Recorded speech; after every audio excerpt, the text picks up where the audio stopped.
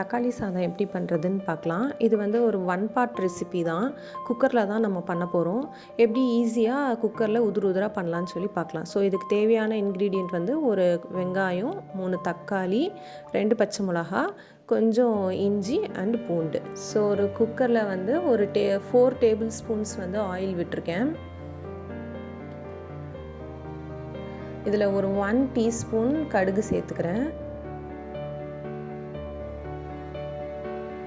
இதோட நம்ம நறுக்கி வச்சுருக்கிற இஞ்சி பூண்டை வந்து நான் க்ரஷ் பண்ணி வச்சுருக்கேன். அப்புறம் 2 பச்சை மிளகாவை ஸ்லிட் பண்ணி வச்சுருக்கேன். அப்புறம் வெங்காயம் நறுக்கி வச்சுருக்கேன். இது எல்லாத்தையுமே ஆட் பண்ணிக்கலாம். இஞ்சி பூண்டு பேஸ்ட் போடுறத விட இந்த மாதிரி க்ரஷ் பண்ணி ஆட் பண்ணோன்னா அதோட ஃப்ளேவர் இன்னும் நல்லாயிருக்கும். ஸோ அதனால் நான் இன்றைக்கி க்ரஷ் பண்ணி ஆட் பண்ணியிருக்கேன். கொஞ்சம் வதக்கி விட்டுட்டு இது கூட வந்து நம்ம ஒரு 1 டீஸ்பூன் வந்து கஸ்தூரி மேத்தி ஆட் பண்ண போகிறோம். கஸ்தூரி மேத்தியோட ஃப்ளேவர் எனக்கு ரொம்ப பிடிக்கும். அதனால் நான் எல்லா டிஷ்ஷஸ்லேயும் மோஸ்ட்லி நான் கஸ்தூரி மேத்தி ஆட் பண்ணுவேன். ஸோ ஒரு 1 டீஸ்பூன் கஸ்தூரி மேத்தி ஆட் பண்ணியிருக்கோம். இது எல்லாத்தையும் நல்லா வதக்கி விட்டுட்டு அந்த வெங்காயத்தோட கலர் வந்து கொஞ்சம் டிரான்ஸ்பரண்ட் கலராக வர்ற வரைக்கும் வதக்கி விட்டுருங்க. இது கூட நம்ம நறுக்கி வச்சிருக்கிற அந்த 3 தக்காளியை வந்து ஆட் பண்ணிக்க போகிறோம். ஸோ இதையும் நல்லா வதக்கி விட்டுட்டு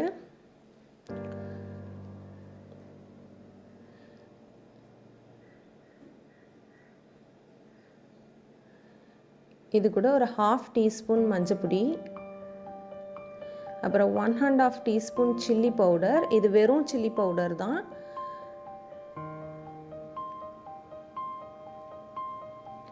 அதே மாதிரி 1½ டீஸ்பூன் தனியா பொடி. இப்போ ஸ்பைசி உங்களுக்கு ஜாஸ்தியாக வேணும் அப்படின்னா ஈக்குவல் அமௌண்ட் ஆஃப் சில்லி பவுடரும் தனியா பொடியும் ஒரே மெஷர்மெண்ட்லேயே சேர்த்துக்கோங்க. ஸ்பைசி கம்மியாக வேணும் அப்படின்னா 1½ சில்லி பவுடருக்கு வந்து 2 டீஸ்பூன் தனியா பொடி சேர்த்துக்கலாம். ஸோ இதுக்கு தேவையான கல்லுப்பு நான் இப்போயே ஆட் பண்ணிக்கிறேன். அப்போ தான் நம்மளுக்கு சீக்கிரமாக தக்காளி வந்து நல்லா மேஷ் ஆகி வரும். இப்போ நான் இது வந்து 1 கப் அரிசி சேர்க்கறதுனால 1½ சில்லி பவுடர் சேர்த்துருக்கேன். 1 கப் அரிசி வந்து 200 கிராம்ஸ். இது கூட இப்போ நான் 1 கப் ரைஸ், இது வந்து புழுங்கரிசி. இதை வந்து ஒரு 20 மினிட்ஸ் வந்து நான் சோக் பண்ணி வச்சுருக்கேன். அப்போ தான் நம்மளுக்கு உதிராக வரும்ன்றதுனால.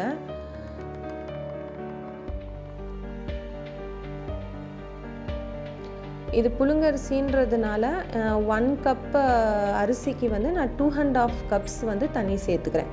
இப்போ உங்களுக்கு பச்சரிசியாக இருந்தால் 1 கப் அரிசிக்கு வந்து 1½ கப் நீங்கள் தண்ணி சேர்த்தா போதும். இதை ஆல்ரெடி நம்ம சால்ட்டெல்லாம் ஆட் பண்ணியிருக்கோம். ஸோ இதை அப்படியே கலந்து விட்டுட்டு நம்ம குக்கரை மூடி ஒரு 3 விசில்ஸ் விட போகிறோம். 3 விசில்ஸ் வந்ததுக்கப்புறமா அப்படியே ஸ்டவ்லேயே ஒரு 5 மினிட்ஸ் விட்டுருங்க. விட்டதுக்கப்புறமா இறக்கி வச்சிடலாம் நம்ம.